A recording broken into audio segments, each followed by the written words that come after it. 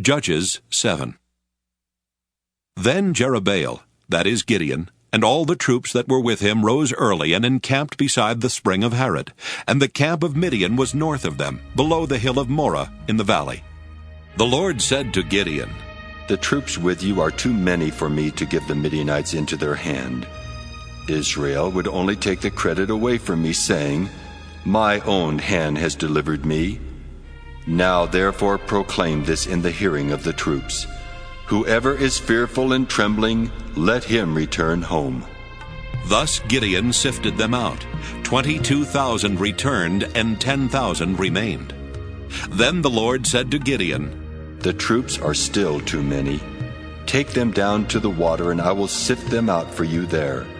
When I say, 'This one shall go with you,' he shall go with you. And when I say, 'This one shall not go with you,' he shall not go."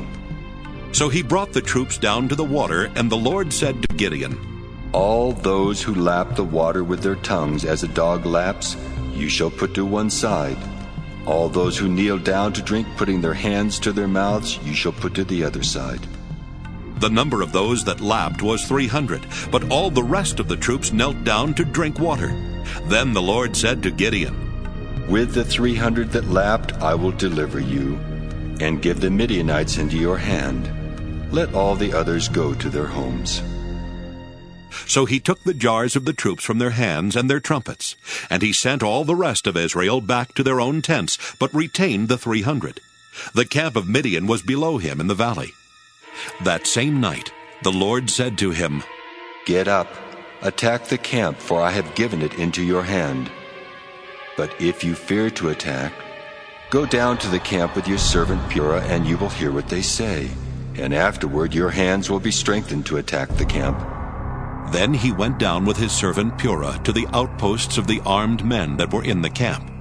The Midianites and the Amalekites and all the people of the east lay along the valley as thick as locusts, and their camels were without number, countless as the sand on the seashore. When Gideon arrived, there was a man telling a dream to his comrade, and he said, "I had a dream, and in it a cake of barley bread tumbled into the camp of Midian, and came to the tent, and struck it so that it fell. It turned upside down, and the tent collapsed."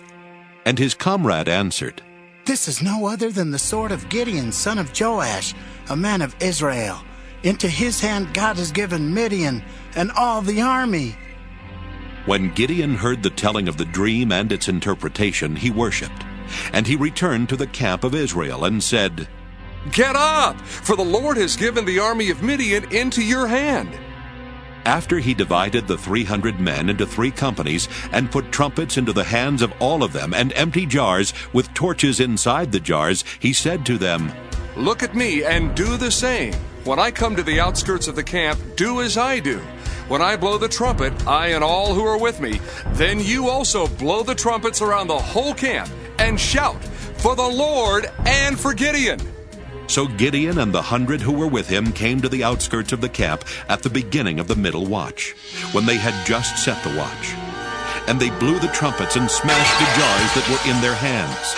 So the 3 companies blew the trumpets and broke the jars, holding in their left hands the torches, and in their right hands the trumpets to blow. And they cried, "A sword for the Lord and for Gideon!" Every man stood in his place all around the camp, and all the men in camp ran. They cried out and fled. When they blew the 300 trumpets, the Lord set every man's sword against his fellow and against all the army. And the army fled as far as Bethshittah toward Zererah, as far as the border of Abel-Meholah by the Tabbath. And the men of Israel were called out from Naphtali and from Asher and from all Manasseh, and they pursued after the Midianites. Then Gideon sent messengers throughout all the hill country of Ephraim, saying, "Come down against the Midianites and seize the waters against them, as far as Beth-Barah and also the Jordan." So all the men of Ephraim were called out, and they seized the waters as far as Beth-Barah and also the Jordan.